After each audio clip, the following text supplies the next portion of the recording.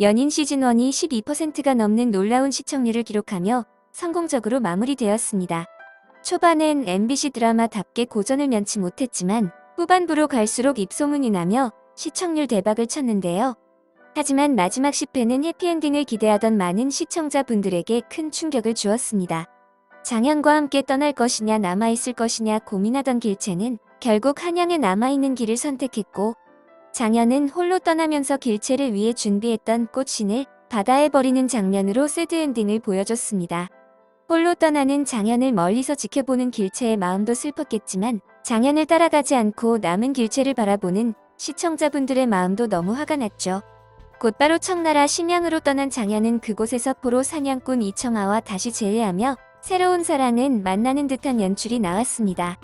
이로 인해 시청자 게시판은 답답이 길채는 이제 버리고 시즌2는 이청아와 러브스토리를 이어가자는 의견이 많이 나오고 있는데요. 그도 그럴 것이 만일 길채가 구원무와 혼인을 한 후에 다시 장현과 만난다면 당시 시대에 정서상 몰입하기 어려울 수 있습니다. 그러나 만일 길채가 구원무와 혼인을 하지 않았다면 아주 조금은 장현과 길채의 만남을 인정할 수도 있겠죠. 따라서 이번 시간에는 시즌2를 기분 좋게 보기 위한 약간의 희망 고문 리뷰를 해보려 합니다. 먼저 길채는 아버지와 남아있는 가족들을 위해 한양에 남는 선택을 하였습니다. 특히 마지막으로 아버지를 보러 갔을 때 아버지의 정신이 잠깐 돌아온 것을 확인한 길채는 자신이 있어야 아버지의 정신이 돌아올 수 있다는 생각에 남기로 결심합니다. 그러나 반대로 이는 길채의 아버지 유교연의 사망 시그널일 수도 있습니다.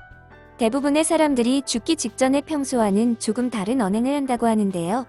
갑자기 정신이 돌아와서 그동안 고생 많았다는 말을 하는 모습을 볼 때 유교연은 곧 사망하게 될 수도 있어 보입니다. 즉, 길채가 구원무와 혼인을 준비하는 중에 유교연이 사망한다면 길채는 구원무와의 결혼을 미루고 아버지 장례 및 후속 처리에 집중하게 될 수도 있어 보이네요. 그리고 그런 와중에 무관인 구원무가 전쟁에 참여한다면 또 결혼식이 무기한 연기될 수도 있어 보입니다. 병자호랑 때 조선은 청나라에 항복하면서 청이 명나라를 공격할 때 원군을 지원해주기로 약조를 맺습니다. 즉, 구원무는 명나라를 정벌하는 청의 지원군으로 합류할 수 있다는 말이죠. 그리고 구원무가 그 전쟁에서 사망하게 된다면 향후 장현과 길채의 재결합은 조금 더 쉽게 이루어질 수도 있어 보입니다. 그리고 이 드라마는 소설과 영화로도 나온 바람과 함께 사라지다를 모티브로 삼고 있는데요. 주인공 스칼렛은 2번의 결혼 끝에 남자 주인공인 버틀러와 결혼을 하게 되죠. 이를 따른다면 결국 장현은 길채와 결혼을 하게 되는 연출이 나올 텐데요. 원작에서 스칼렛은 실제로 2번 결혼을 했지만 길채는 조금 달랐죠. 첫 번째 혼인 상대인 순약과는 결혼하자 말로 약조만 했지 다른 어떤 행위를 한 것도 없으며, 두 번째 혼인 상대인 구원무와는 한만 들였지 역시 결혼식이 실제로 눈에 보이지는 않았습니다.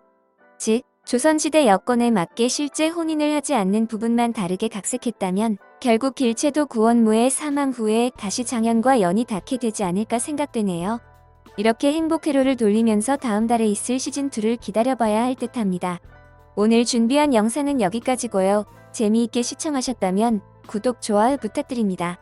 감사합니다.